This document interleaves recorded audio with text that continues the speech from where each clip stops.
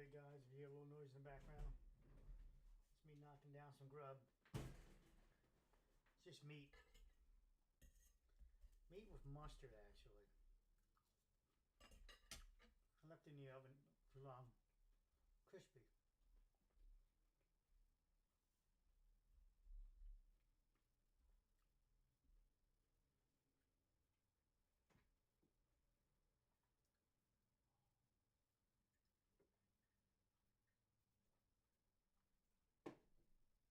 Beautiful day outside, 84 degrees, approximately.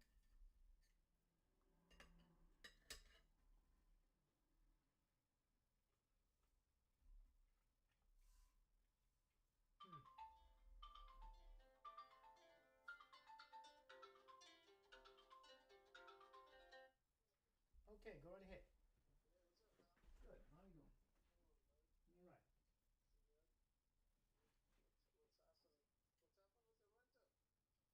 I'm stuck. I'm stuck until the October 30th. Yeah.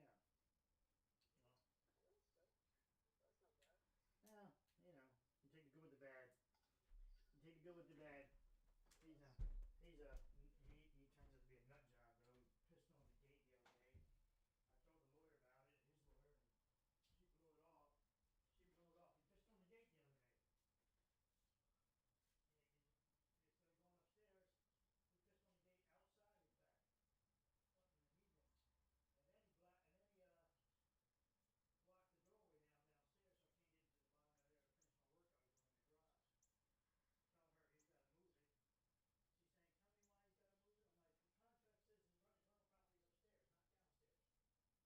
my work I was doing in the garage. Telling her he's got to move it.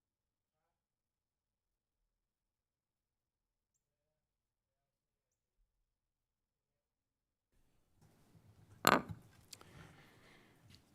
Good afternoon. This hearing is now back in session.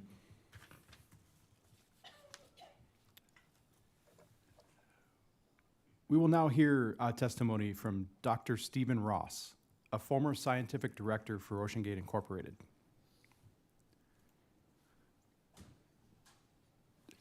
Good afternoon, Mr. Ross.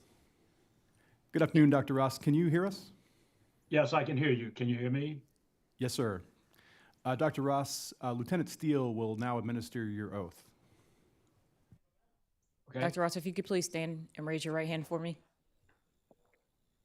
You want me to stand? Yes, please. Okay. Yes, I understand. If you'd like to take a step back, just so. That's going to be difficult where I'm standing. Okay, no worries. We'll continue on. How's that? That's fine, sir. A false statement given to an agency of the United States is punishable by fine and/or imprisonment under 18 U.S.C. 1001. Knowing this, do you solemnly swear that the testimony you're about to give will be the truth, the whole truth, and nothing but the truth, so help you God? Yes, I do swear. Thank you very much. You may be seated.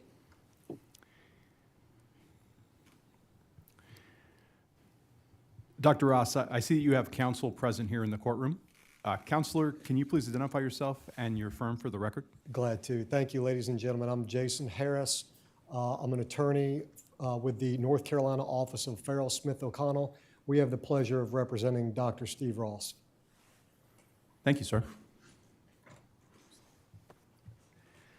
Dr. Ross, thank you for being with us here this afternoon. I'm going to now pass the questioning to Lieutenant Commander Thomas Whalen. Good afternoon, Mr. Ross, and thank you for being here with us again today. All of my questions are related to your background and experience with OceanGate as a scientific director. We will take a few breaks throughout the proceeding. If you need to take a break, just please let me know, and then we'll pause for that. Before we begin, I'll ask you please refrain from using any acronyms. If you should use an acronym, I'll ask you to stop and please explain what the acronym means. Okay. I'm going to start off by asking you a few questions about your background. Dr. Ross, can you please tell us about your background as a research professor, to include your education and field experience? I've been a marine scientist for over 45 years. My last academic position was as a full research professor at the University of North Carolina. I retired from that position, but I still have an adjunct appointment at the university. I have a bachelor's, a master's, and a PhD degree in zoology, and most of my career has been in coastal, estuarine, and deep sea sciences. Have you ever been part of manned submersible dives for scientific purposes other than with OceanGate? Have I used them? Is that the question? Sorry, sir. Have you ever been part of manned submersible dives for scientific purposes other than with OceanGate? Yes. Can you please tell me about those experiences? I started using manned submersibles in 1979. Periodically during my career, when we needed undersea vehicles, I've used 8 different submersibles and a variety of remote operated vehicles, or ROVs.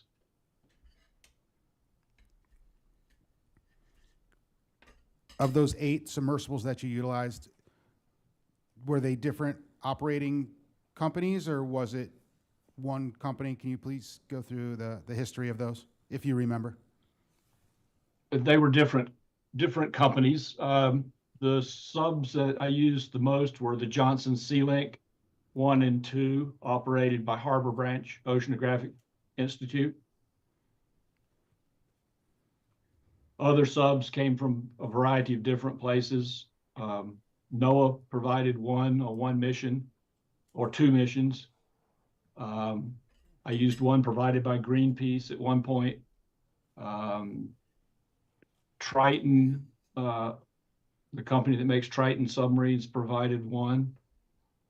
So it was a mixture, but the 2 subs I used the most were the Johnson Sea Link subs. And were all of these scientific missions completed as part of your official duties supporting research for universities? Yes. Does the university have an inspection procedure to verify safety for its members embarking on such missions? No. Do you have a process for vetting the submersible vehicle that you are to be operating in? No, that's taken care of by the companies that we use.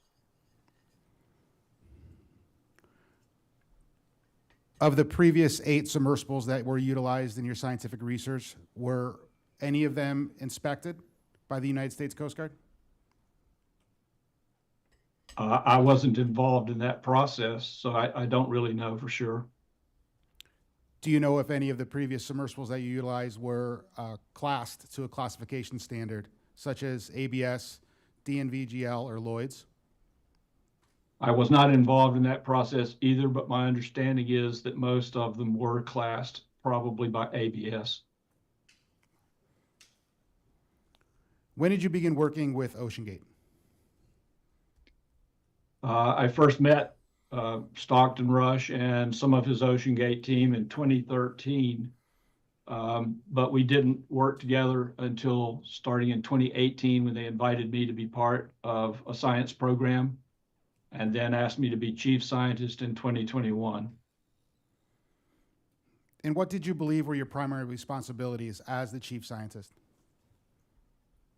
I was brought in to help develop a scientific program to broaden the outreach of and the activities that OceanGate was involved in. So my role was to try to develop a viable science program using the Titan submarine. And who funded your participation? Was it OceanGate? My time was donated. OceanGate paid for science team travel. And was it OceanGate Inc. who paid for the science team travel or another associated organization? My understanding was that the OceanGate Foundation supported the science team.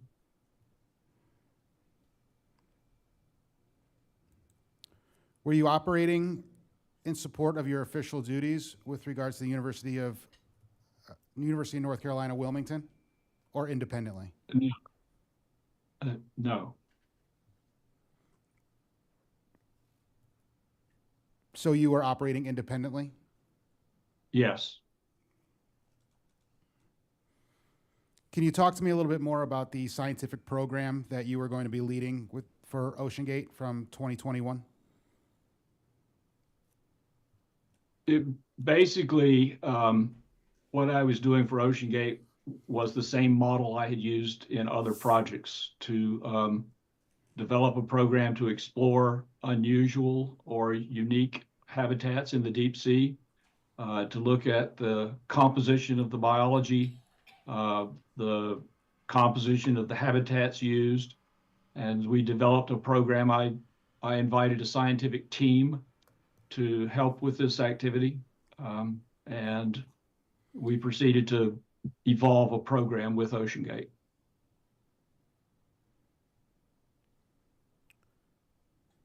Was the work that you were doing on the expedition part of a larger research project, or was it specific to this expedition? It was related to some of my other programs, but it was independent.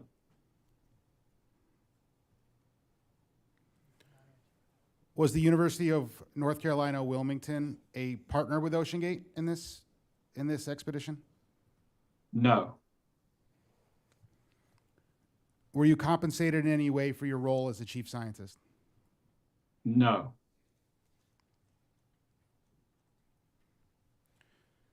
Did you ever have a discussion with Mr. Rush regarding his expectation of you as the chief scientist? Yes. Could you tell me what you believed your expectation was as the chief scientist? Basically, as I already stated, was to develop a science program with OceanGate. And it was left to me as to how that would proceed, although Stockton and I had several conversations about what I needed to do that.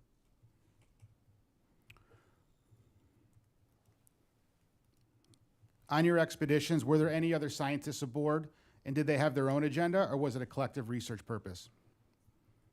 There were other scientists that were part of the team, and they were operating under the umbrella that we were developing as a unified program. They were collaborators. Prior to the Titanic expeditions in 2021, were you part of any other dives with OceanGate?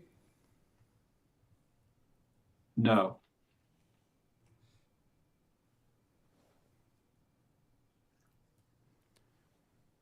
As compared to other submersible dive and operations, the previous 8 that you had conducted, how would you compare the level of scientific interest between those and OceanGate with regards to the Titanic expeditions in 2021, 2022, and 2023?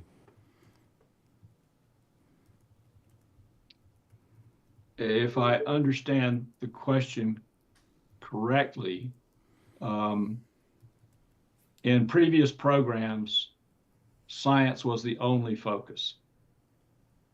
The OceanGate expeditions had multiple agendas. What other agendas do you believe the OceanGate expeditions had? The mission specialist had a variety of interest and needs, and OceanGate tried to accommodate those.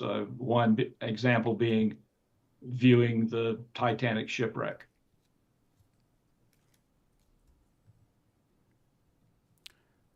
How much actual interest into your scientific program did mission specialists have in conducting the science and research? Objection. I didn't have conversations with all of the mission specialists, and I was not Dr. on Ross, hold on for a every. second, please. I'm sorry, Dr. Russ. Yes, sir, you objected to the question? I don't know that I need to be heard any further than just a remark. If the questionnaire is going to ask Dr. Ross about the information supposedly known by others, I think that this witness is not going to have that information. That's all.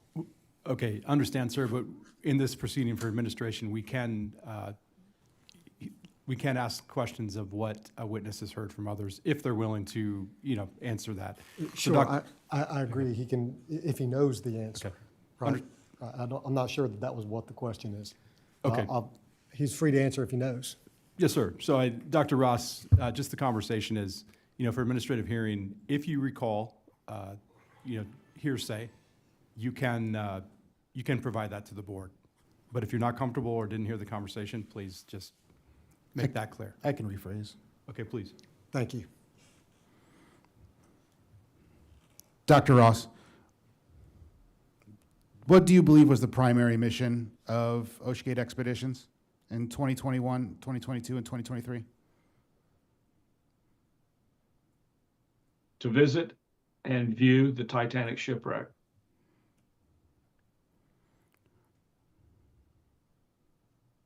What did you believe, or how would you describe what a mission specialist is to me?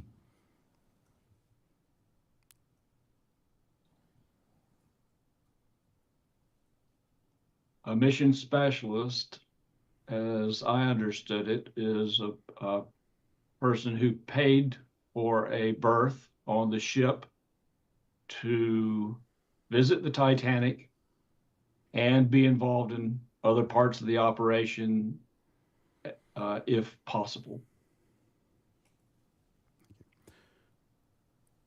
Recorder, I'm going to ask you to please bring up Exhibit 008 and scroll to page 9.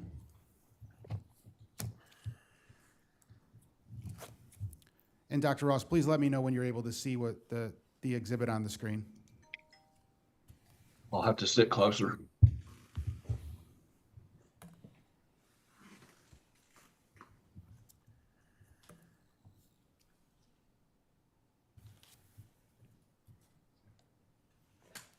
Is it page 9? Page 9, please.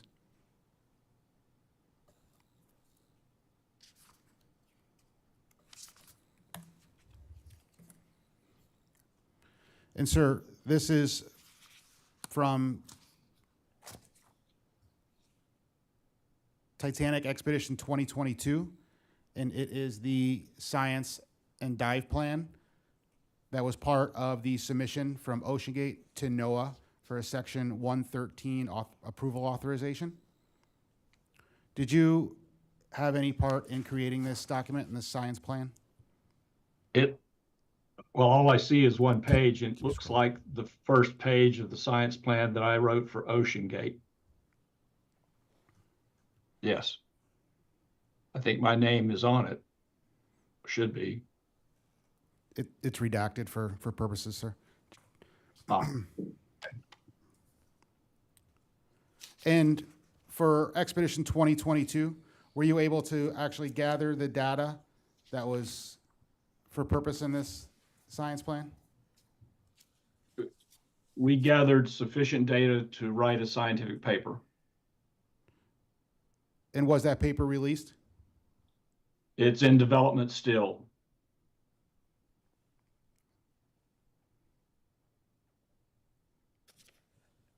You can take that down real quick.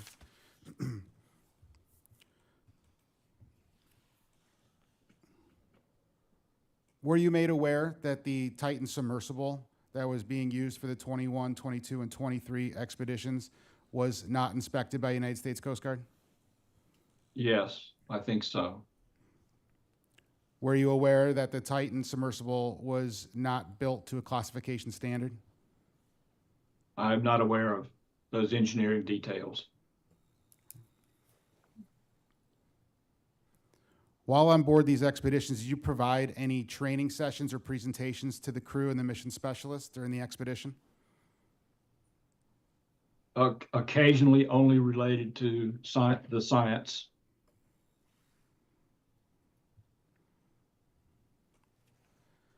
Based upon the dive log or the logs that were provided from OceanGate, you took part in 3 dives, 2 of which were in 2022 and 1 which was in 2023. Is this correct? Correct. Yes. You did not partake in any dives in 2021. Was there a specific reason for that? I was supposed to join the mission, and I still fulfilled the role of chief scientist, but I had a back injury and could not attend that cruise. Can you please describe, and in the final, or in the transcripts that were posted earlier for the dive 88, there was a mention of a Niskin bottle. Can you please tell us what a Niskin bottle is and how that is utilized? A Niskin bottle is a very simple mechanical device used to collect water samples. It's basically a PVC tube with two end caps. The end caps are held open by an elastic mechanism. When you get to the location or the depth where you want to take a sample, you can trigger those end caps to close and they capture a water sample.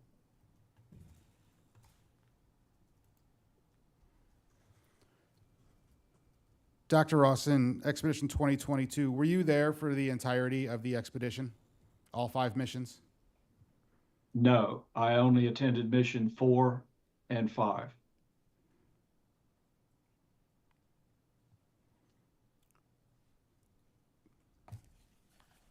Were you on board for dive 80?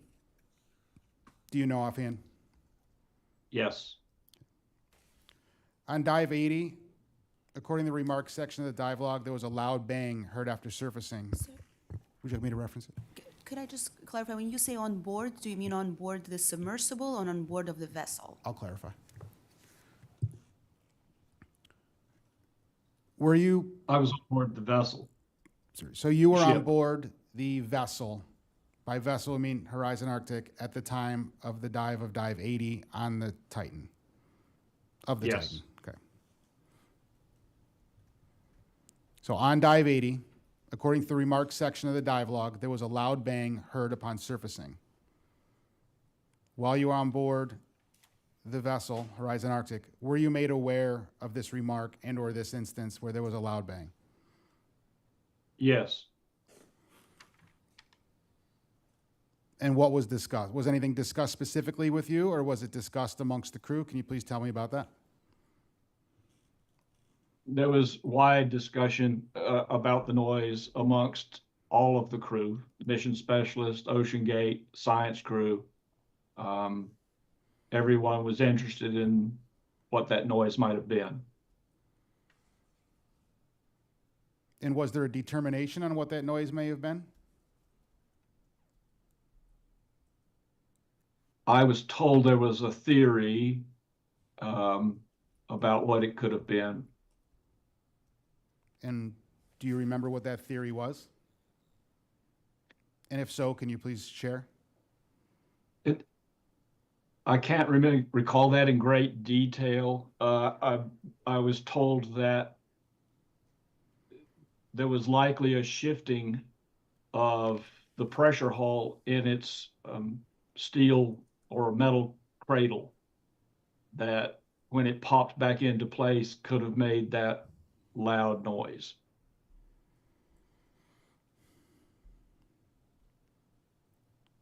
And in the inspection after dive 80, did you witness OceanGate personnel inspecting the hull after dive 80? I have no knowledge of that. At any point, did you witness them pull the hull insert out to gain access to do a visual inspection of the interior of the hull? I did not witness that.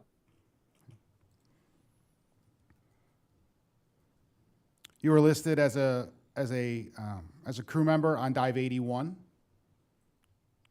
Correct. Can you confirm? That was one dive after the one where they heard the loud bang. What were your thoughts about their determination on what the loud noise was on dive 80 if you were diving in a subsequent dive? Did you have any concerns? Yes, I was concerned and asked their chief engineer, Phil Brooks, if he was concerned. And what did he tell you? He said that this noise was a concern and that the OceanGate team was focused on trying to determine the source of the noise, and that would influence whether we made future dives.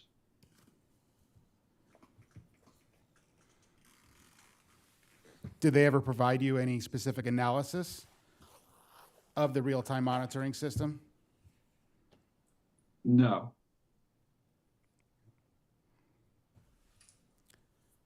So I'd like to shift to dive 81.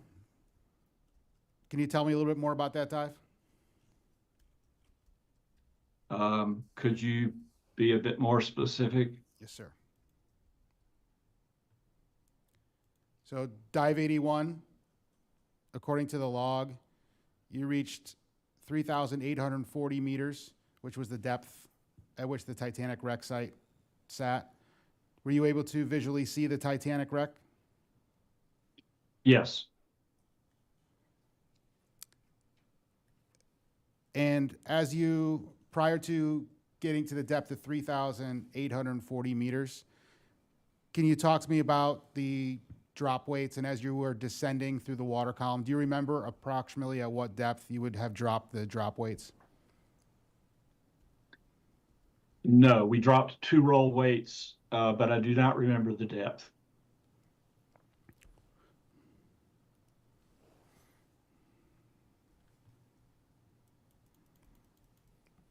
Can you tell me a little bit more about dive 81? And you said you were able to actually witness and see the Titanic. Were you able to conduct any scientific research while on that dive?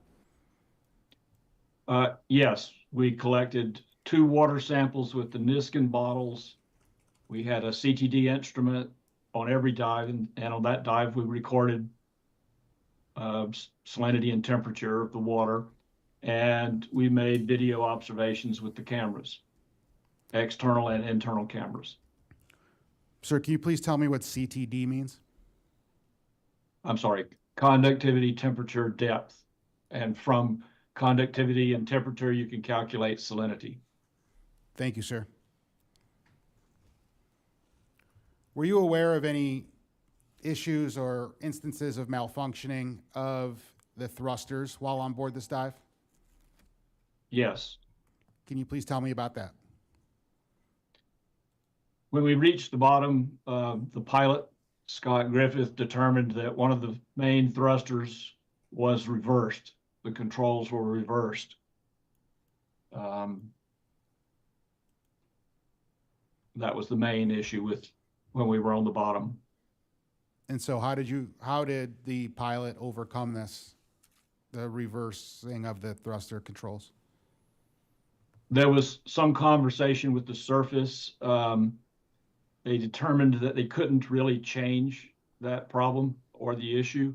There was discussion of whether to terminate the dive, but in the end, to his credit, Scott Griffith retrained himself to operate the thrusters normally. Basically, he retrained his thinking. And we proceeded with the dive. Sir, also while on this dive, while in the sub, were you also aware that other things were happening within the sub, such as the port drop weights wouldn't drop? This is according to the maintenance log. There was flashing lights, the port battery dropped, the sonar dropped, 4K dropped, 2KH was stuck, and then there was a 419 after touchdown due to the controller drop. Were you So you're aware asking me about- Sir, I was going to say that was a long string Yeah, of. thank you. I apologize. And I could summarize. Well, also the code numbers, Commander Whalen. Sure. Dr. Ross, does any of that sound familiar to you, sir? Yes. Thank you, sir. Were you aware of these other incidences that were happening while on board the dive? Most of the ones you listed, yes.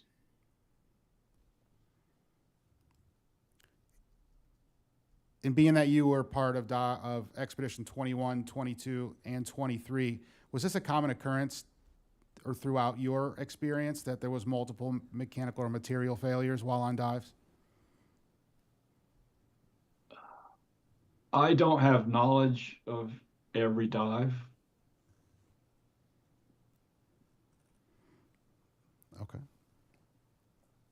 I didn't have access to the submersible logs that were kept by OceanGate. Understood, sir. After Expedition 2022, did you conduct a debrief or an exit interview for the expedition With with With OceanGate whom? or Mr. Rush? What I wouldn't call it an exit interview. We continued to have conversations before, during, and after the expeditions. At what point did you decide to return for Expedition 2023? Uh, it almost right away. I never determined that I would not be part of it. When did you become aware of the new support vessel, the Polar Prince, and the new transportation operation of the submersible? I don't recall exactly when that was.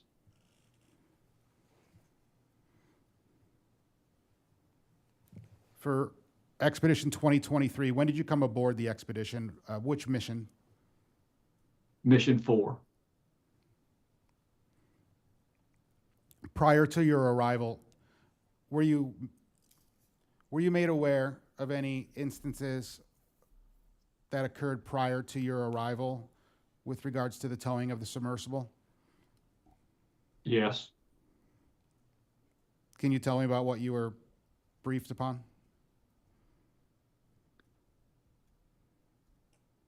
Before I boarded the vessel, at our hotel, I was told that the submersible snagged an obstruction while being towed at night. The obstruction was assumed to be abandoned fishing gear, but that was never, it was not conclusive. It caused some excitement. Were you made aware of any damage that was caused from that incident? I am not. Had you ever been part of a submersible operation in which the submersible was towed atop a platform for an extended distance? No.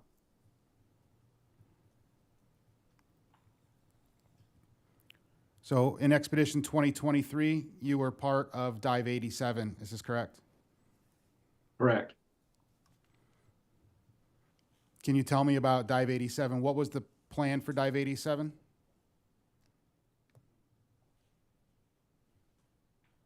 We could not dive at the Titanic site due to weather issues, so we moved.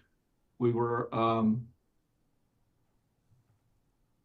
northwest on the continental slope, and we had a target depth for a dive to 2,000 meters.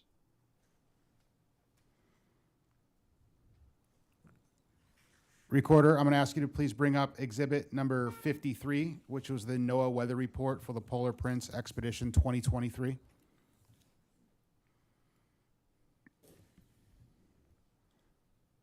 With regards to the towing and launch operations, did this cause you any concern? Can you be more specific? Being that this was an operation that you had never been taken part of with regards to the towing of the submersible and the launch and recovery platform, did this add any extra or any extra risks in the operation? Probably so. That's a bit out of my area of expertise, but the towing was awkward.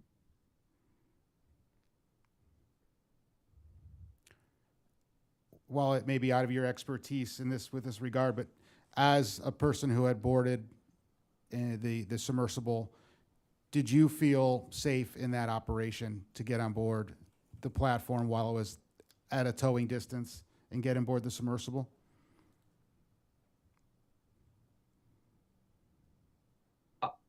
I felt safe. I've done small boat operations quite a lot. It certainly is it adds a level of complication compared to getting in the sub on a large ship. So that's obvious. But it was not outside the realm of doability, for lack of a better word. Sir, can you see the exhibit on your screen? I can. And in the top left image is a image of as to where the Polar Prince had gone for, this was for dive 87. And you stated that you went to which would have been the northwest, the Titanic wreck site, to get out of the weather. Is this correct?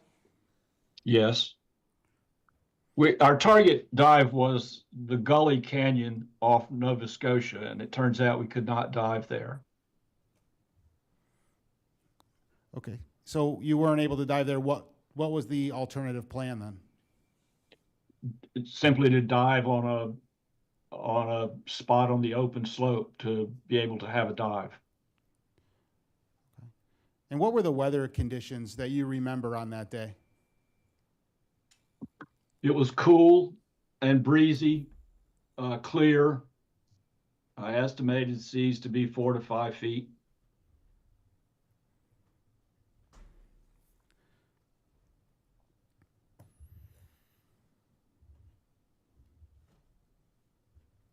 And that dive, can you tell me about how the dive went, and was there any issues or problems that happened while conducting the dive? Yes, the dive was aborted.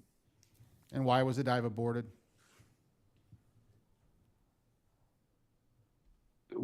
The sub submerged on its platform to 30 feet, and it was determined the pilot indicated to the passengers that there was a problem with the variable ballast tank valve. And we came back to the surface to try to fix that. There was a malfunction in the platform, and that took considerable time to correct, and the dive was thus aborted. And can you elaborate on what conditions that you experienced in the Titan sub while you were ascending up on the platform, when you said there was a malfunction of the valve? Could you repeat that, please? Just so I can have a clear picture of what you experienced, sir. So as you were ascending from the 10-meter platform, as you were coming up to the surface, there was a malfunction with the platform. Can you explain a little bit more of what the orientation then was of the platform?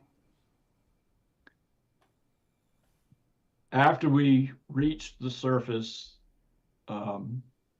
the platform had a valve malfunction, and the bow of the platform submerged, tilting the platform and the submersible to about a 45-degree angle. So just so I'm understanding, so the orientation, which the bow of the platform was the aft of the Titan submersible. Correct. The bow of the submersible was pointing up in the air. And how many persons were on board this dive? 5. And can you tell me a little bit more about what you experienced once that happened? There's nothing to hold on to inside this submersible, really. So it's a fairly smooth tube. The pilot crashed into the rear bulkhead. The rest of the passengers tumbled about. I ended up standing on the rear bulkhead.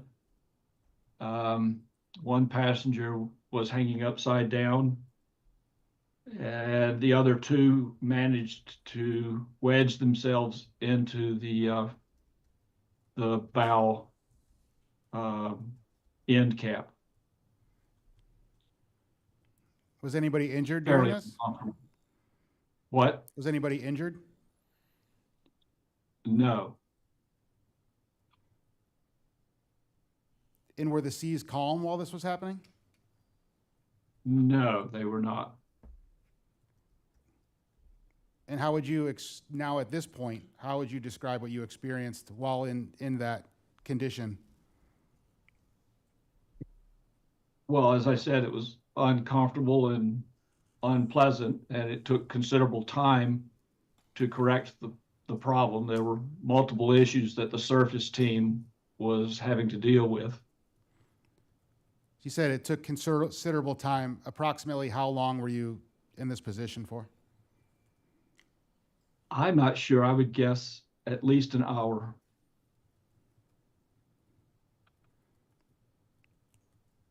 And was the Titan submersible solidly affixed to the platform? Or was there It was movement? not. It was not. Can you please explain? The bow of the submersible skids became detached from the platform from what we understood, and thus was partly decoupled. And how did that feel being in that position? That was more uncomfortable. Obviously, you weren't able to see outside of the submersible to the platform, but did it feel as if it was slamming against the platform? That was my understanding, yes. And so after the approximate hour, they were able to correct the deficiency and allow you to ascend to the surface? We were already on the surface. They corrected the tilt of the platform so that we could reestablish the sub on the platform and remove the passengers. Who was the pilot for this dive? Stockton Rush. And did he make any comments to you, or did you have a conversation regarding this? Well, yes, he was upset that this had happened.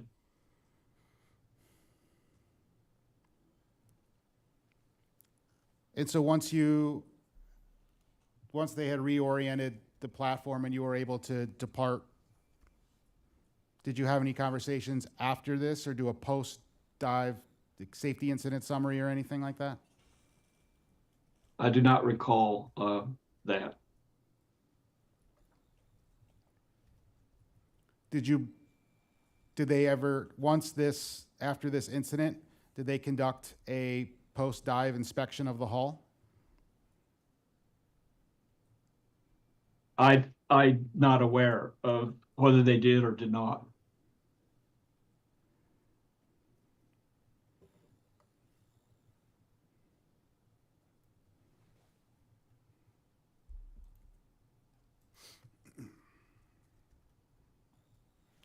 When did you depart the expedition? A couple of days after Dive 87. We steamed to port to change crews and I left the vessel. Were you scheduled to be there for mission 4 and 5? Only 4, not 5.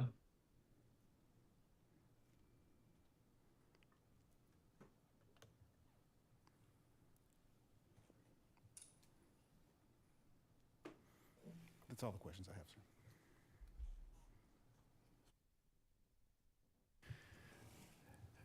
Dr. Ross, are you okay to continue, or would you like to take a break at this time? I'm okay to continue if you want. Okay, thank you, sir. Mr. Fawcett will now have questions for you. Good afternoon, Dr. Ross. My name is Keith Fawcett. I'm a Coast Guard Marine Casualty Investigator. Okay. I want to revisit Dive 81, where Lieutenant Commander Whalen discussed issues with the controller for the thrusters and flickering lights and other equipment issues. Would you consider, based on your experience as a submersible pilot, the controller to be a critical component of the submersible? My apologies, I don't believe Dr. Ross is a submersible pilot. That was part of the question. Can you clarify that point, Dr. Ross? I'm sorry, which can- point is he? I can, Sorry. I can clarify. Wait, just, Dr. Ross, can you clarify on whether you were a submersible pilot? Is this for Dive 81 or in general? For, I was, General. I was trained, Dr. Ross, hold on, let's let me just be sure clarify. we get the question straight. Okay. First off, were you a pilot for OceanGate, Dr. Ross? no, no. Have you been a submersible pilot for any other submersible? Yes. So, Mr. Fawcett, can you rephrase the question and say your prior experience as a submersible pilot? Yes, sir. And my question was, in your prior experience as a submersible pilot, would you consider the thruster controller a critical component for a submersible? In my opinion, yes. And just to be clear, were you the submersible pilot of Deep Worker 2000? Yes. Thank you. I want to talk about normalization of risk. So based on your experience within submersibles, would you say that retraining the operator, the submersible pilot, while submerged, to operate those controls was an acceptable risk? I think it was. And you mentioned the submersible, you used the word passengers were aboard. With passengers aboard, would you still call that an acceptable risk? Yes. Why didn't, were there any discussions that took place within the Titan about surfacing with the problems that were being experienced, including the malfunctioning controller for the thrusters and flickering lights? That was an option. But was it discussed? It was mentioned as an option. Were those problems communicated from the Titan to the support ship on the surface during the Yes. dive You're talking about the thruster control issue? and the flickering lights? I don't recall about the flickering lights, whether there was a conversation about that with the surface, but there was concerning the thrusters. So I want to shift gear a little bit. You were on the Polar Prince during the 2023 Titan expedition. Do you know if the Polar Prince or the support vessels were equipped with devices that could hear underwater acoustic sounds such as aquatic life or other sounds from the ocean? You're asking if the ship was equipped with those? Or the support vessels? They had hydrophones in order to communicate with the submarine using a text system. And where were you on the accident day, the 18th of June, 2023? I was in Newfoundland. On that day, did anyone communicate with you that they had heard the sound of an implosion or a similar sound on the vessel's acoustic monitoring devices, such as a hydrophone or other device? No.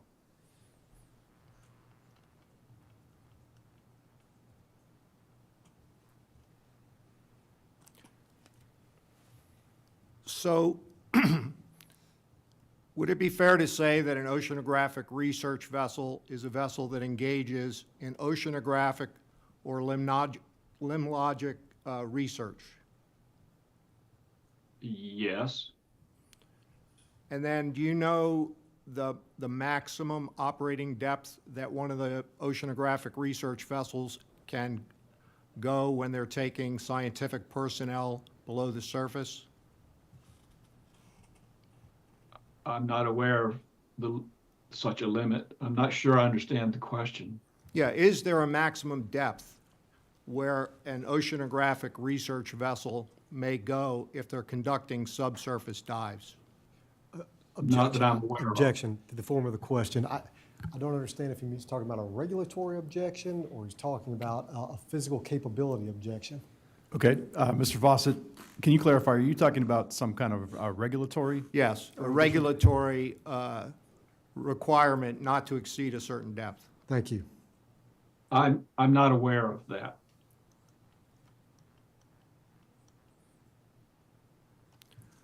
So Lieutenant Steele, if you'll pull up Coast Guard Exhibit 072, this is a Coast Guard note that the Coast Guard sends to the inspection personnel that conduct inspection and oversight of vessels of the United States. And I'm going to read it. It just makes it easier. The Coast Guard is required to follow the laws and regulations of the United States.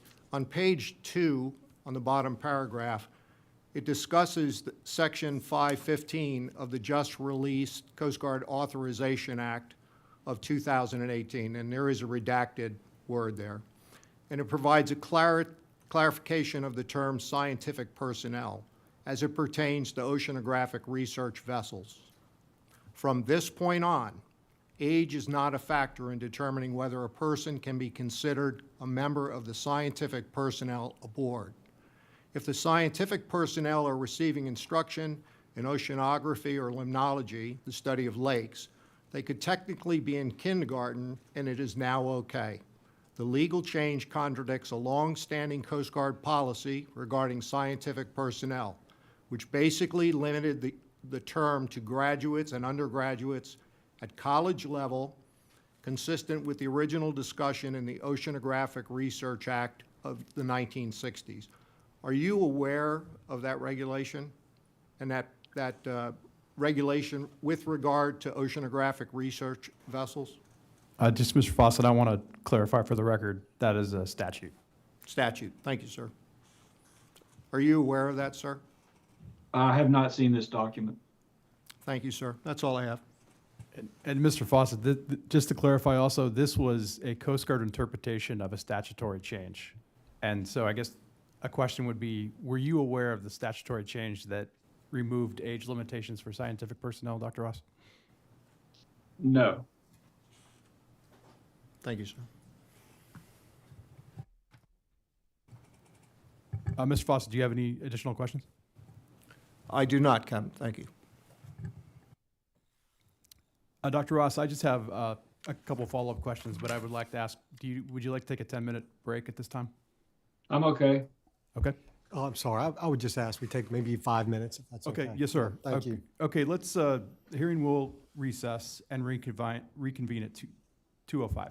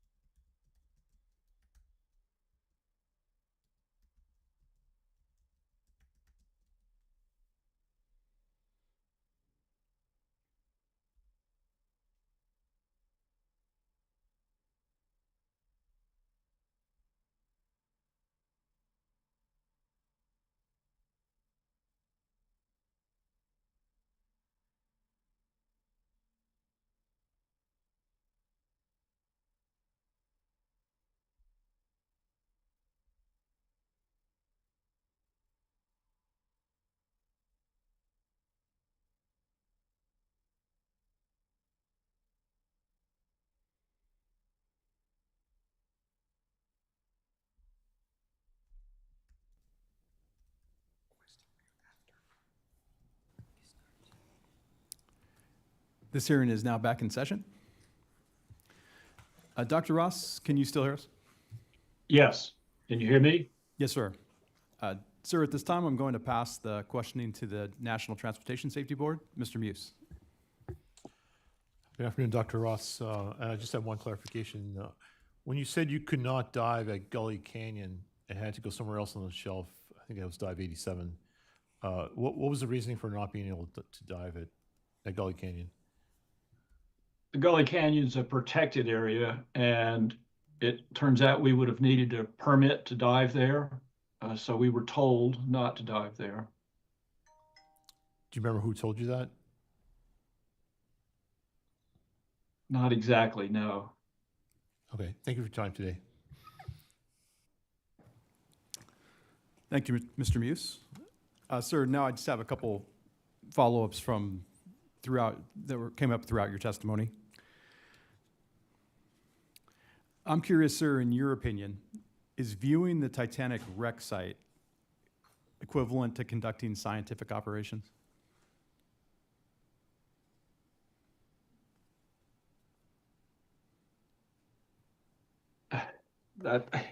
Anytime I go underwater in the deep sea and view anything, it has scientific value.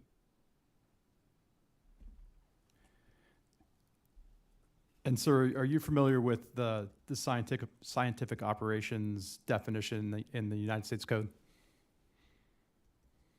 In what code? In U.S. or under statutory law? No. No.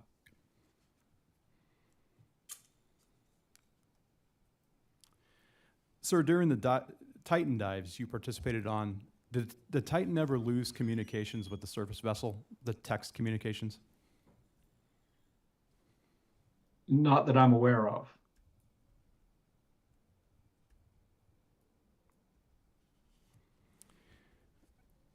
Sir, while you were on expeditions, including on the support vessel, did anyone voice concerns to you about the condition of the hull beyond the loud noise? No, not that I recall.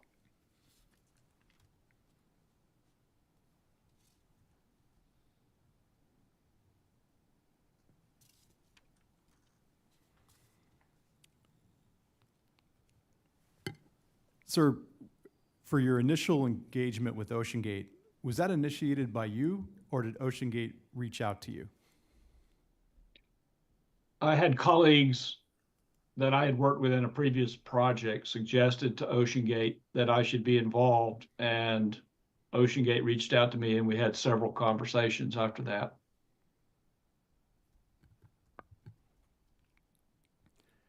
Did OceanGate ever explain to you why scientific operations were important to them?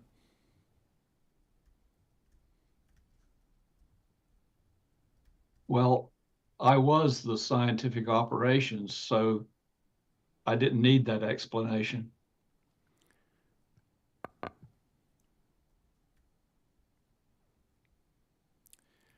Thank you, sir. At this time, I'd like to pass the questioning to OceanGate Counsel. No questions on our end, thank you.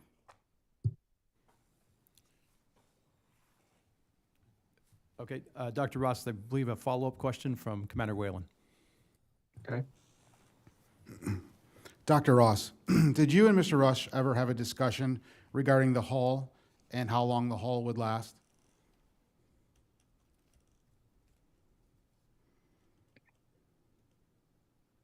What do you mean by how long the hull would last?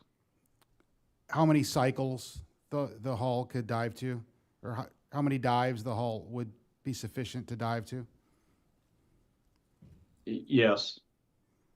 And what was that conversation? I asked Stockton for my own curiosity how many cycles he thought the Titan would be good for before it needed refurbishment. And what was his answer? Indefinite. Thank you, Dr. Ross. That's all the questions I have.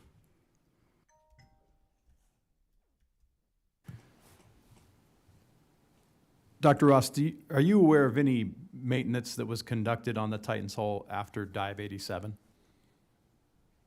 I am not aware of any, no.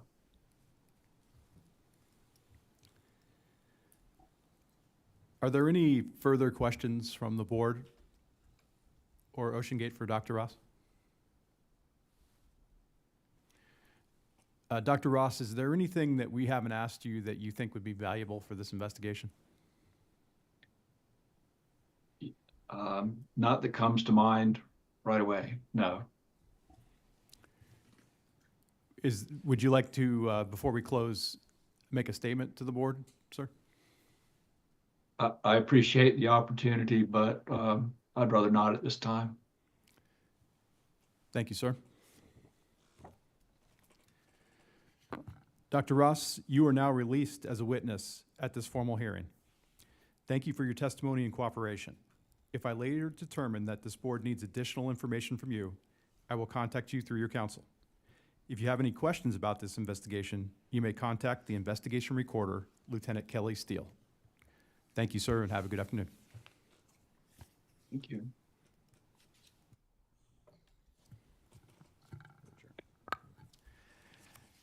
This hearing is now adjourned for the day, and we'll reconvene at 8:30 a.m. tomorrow morning. Thank you.